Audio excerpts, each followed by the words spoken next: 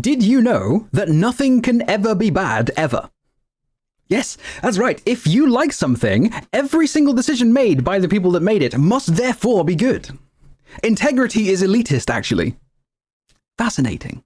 Anyway, I just got done watching the special program for Endfield's Beta Test 2 with a lot of new information and gameplay and a new trailer and lots of hype.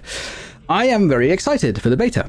I thoroughly enjoyed watching the stream. I love the new trailer. The new environments look absolutely phenomenal. I can't wait to explore them. I love most of the new characters, save for whatever the fuck this is. I'm killing myself. Pogranichnik, I think that's how you say that, or also known as Helga. It looks extremely fun, and he's easily the character that I'm most excited for. Definitely getting him no matter what. The updates to the Dijang look excellent. I am extremely excited by the notion of building structures to help other players. The single most obvious inspiration from Death Stranding they've taken so far, my favorite game of all time. And I'm very excited to get my hands on the new and improved combat. Yes, you heard me. I think the combat looks good.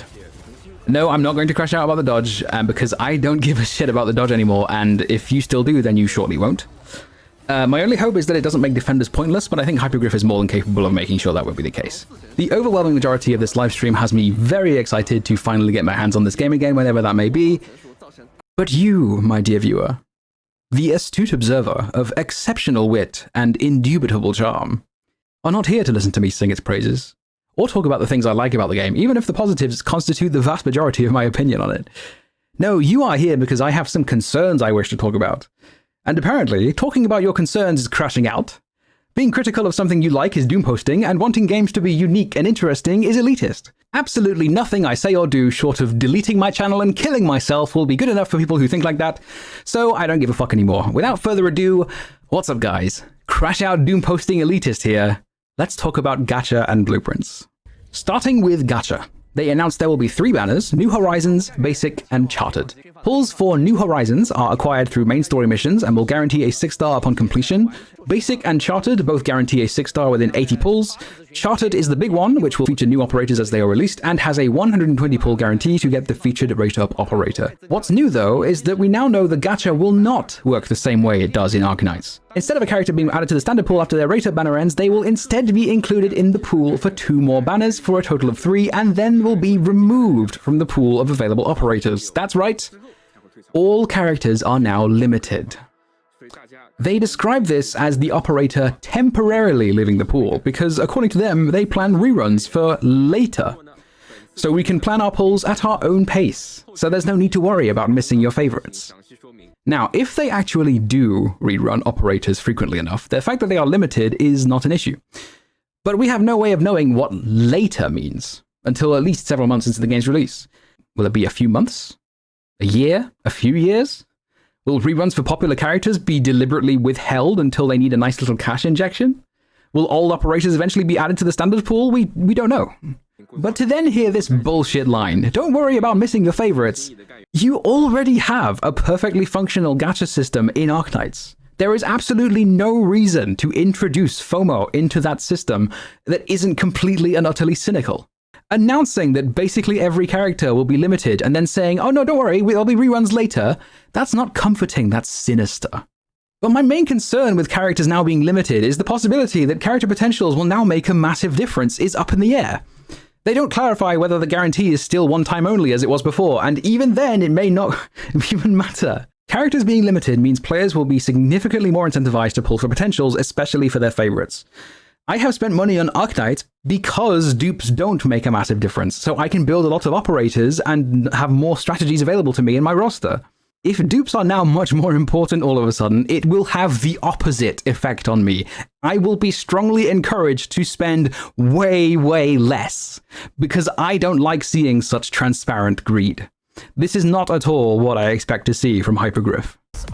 Now let's talk about blueprints. Just copy and paste, and you're done.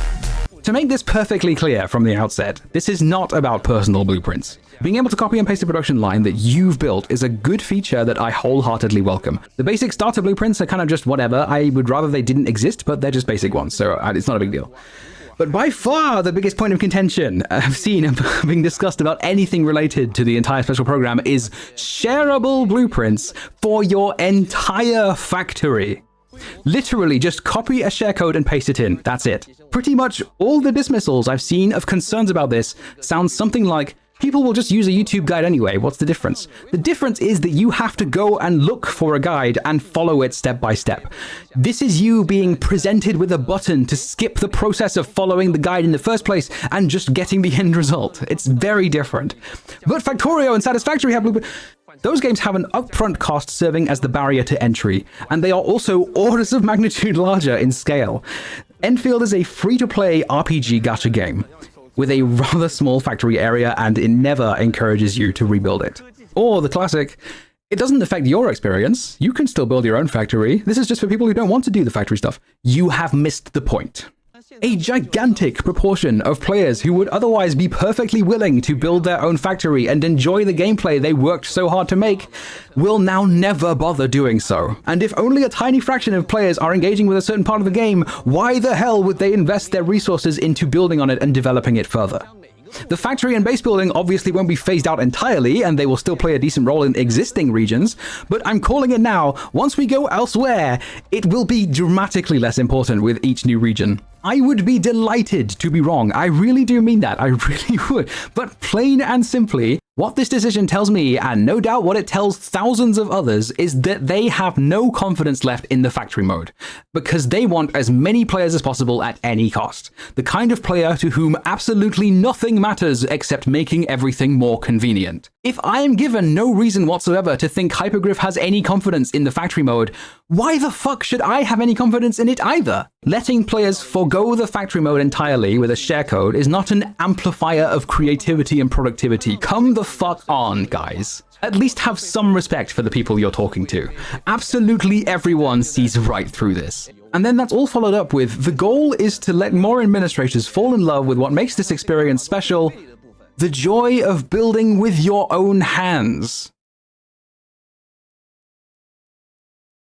This is monumentally short-sighted. Hypergryph, you have shot yourselves in both feet, just as you are about to start running a marathon. You have allowed your game to be lobotomized by Philistines.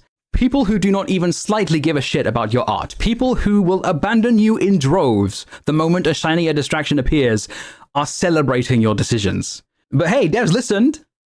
That's all that fucking matters, right? Devs listening to the most asinine, illiterate demographic on Earth. The kind of people who will actively try to turn your game into the shit that lazy parents put on an iPad in front of their drooling toddler. Anyway, everything else was really cool. I enjoyed like at least 95% of that stream. I'm sure the rest of the game will be really fun. Hope I get into the beta. See you all on the 3rd of November, I guess.